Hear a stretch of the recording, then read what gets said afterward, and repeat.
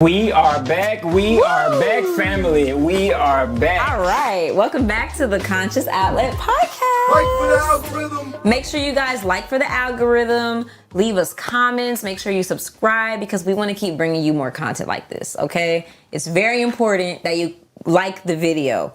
I'm going to say it again. Like the video, all right? And comment. And make sure you leave us comments. We want to know what you're thinking too, okay?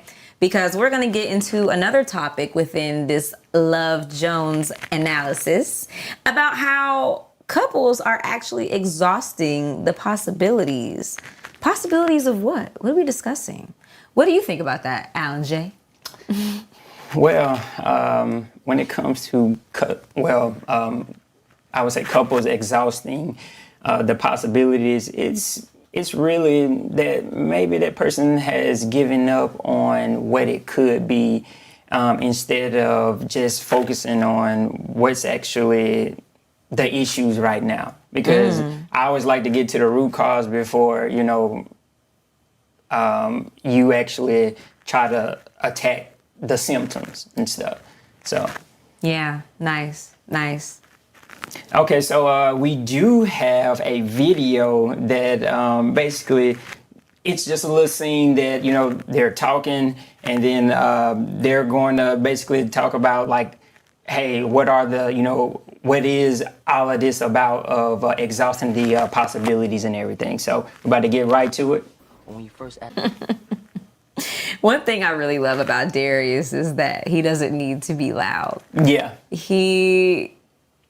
When he speaks, everyone listens. Without a doubt. Because they trust his insight. Mm-hmm. They do. They trust his insight on things. They trust his philosophy. He don't need to be loud and obnoxious like his frenemy would. Yeah, that's definitely a frenemy. Yeah, exactly. So I really like that about him. And what he said is actually something I really agree with.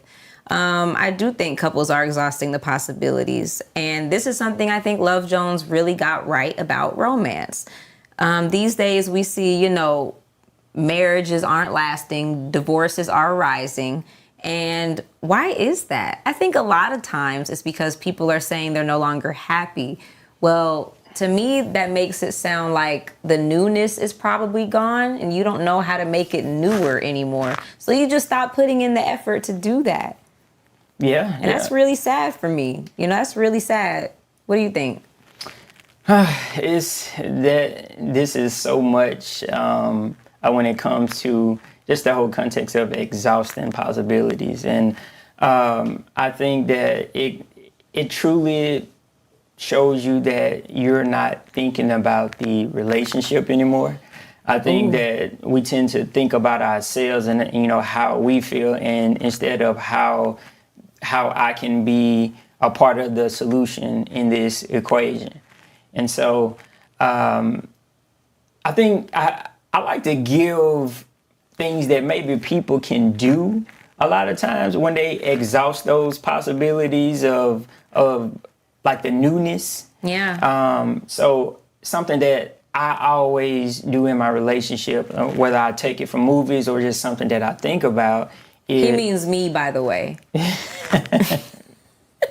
Oh my gosh. Anyway, go ahead. It's the Capricorn, I guess. But yeah, it's whether it's going to a vinyl store or going to a local farmer's market and just taking everything in, like stuff like that creates newness, is because you're going to get a different experience each and every time that you go and spend time with that person, and constantly look for those, things to bring that newfound feeling and, things of that nature. Like, I think some of the most intimate things is not actually sex. Something that I like to do is like read to my woman. So whether it's like me reading a word or me just reading like a book that I'm interested in, and vice versa. I know that that's a thing that I think that anybody who's watching this should definitely do. I'm definitely very old school, and so that I like making sure that we create that nostalgia when it comes to keeping things fresh.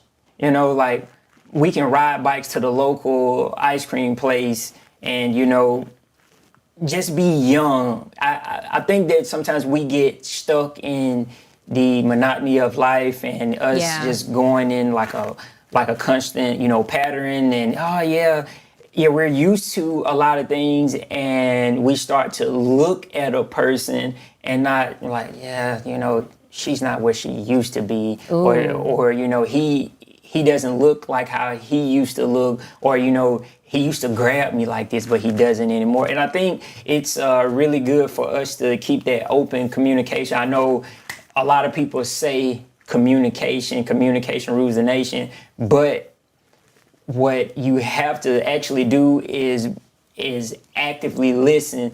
And actively listen doesn't just mean, okay, I'm hearing you. What active listening really means is it's going to drive a true change and an action towards our goal.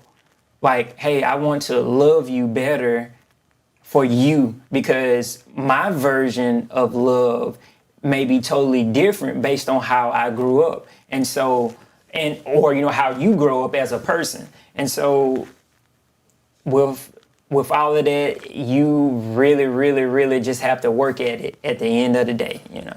Absolutely. I love everything you just said.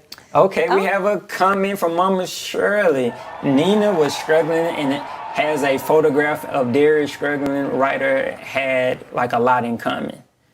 Nina was struggling as a photographer and Darius was struggling as a writer. They have a lot in common. Okay. Got you. They definitely do have a lot in common. And that could have really added to the idea of, you know, them not being able to really make it work. Maybe their brains were fogged up, clogged up with other things. Because think about how stressed when they actually finally got together, how Darius was stressed about writing his novel, and Nina worried about that phone number she saw on the fridge. That probably would have been me, to be completely honest. Yeah, and that was probably would have been me. Like, Mirakle, get out my face. Bye. Okay, you were actually in my face just then in the camera. But yeah, you know, it goes along with, and it can, with that situation, it can go a lot towards exhausting the possibilities, even though they weren't together for a long time. But it can exhaust the possibilities because maybe they're just used to each other at that point, and they don't know what else to do to really speak to each other in a new way.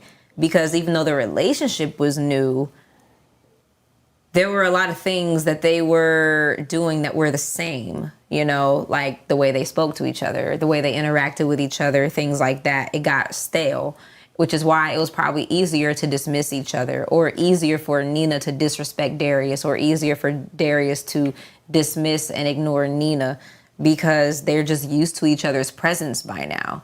And so that can have a lot to do with it too. You don't have to be together for 40 years and stuff like that, but I like all the suggestions you gave about, you know, the things that couples can do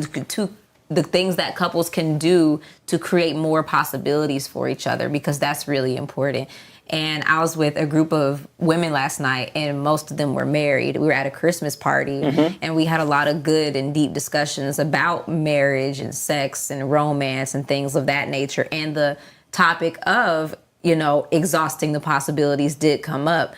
And a lot of things that I've learned from a lot of married women who I've spoken to in general, they say, you know, it's really good to plan in advance for things, you know, plan your date nights and plan, you know, time spent together. Because when you get married and life starts happening and kids start coming into the picture, you know, you can really forget to make that time for each other. And then all of a sudden a year passes, 2 years pass, 3. Now you're a decade into it and you're like, man, when was the last time we've been out on an actual date? When was the last time we left the kids with the grandparents? When was the last time it was just me and you? You know? Yeah. I feel like you speaking directly to me, you know. You married? No, not yet. But yeah, I think that we do get caught up in life. I think just whether it's a woman or a man, you know. Absolutely. I think we all get really, really caught up to where like, man, like, I forgot to show you how much you mean to me. I forgot to show you that, that ring that I put on your finger is a representation of my love for you and that commitment that I'm going to have for you and God, No, that's really true. That's really true. I think it's very important to always remember that, when it comes down to it, to put in that effort for each other and make each other a priority. First and foremost, God, and then each other, because that's the whole point of it, becoming one flesh, one unified front, you know? So I really do like that, because the way you become a unified front is to know each other. And a part of knowing each other is by accepting each other's differences, which is what we're going to get into when we talk about how men are from Mars and women are from Venus. 2 different planets. Right when we get back.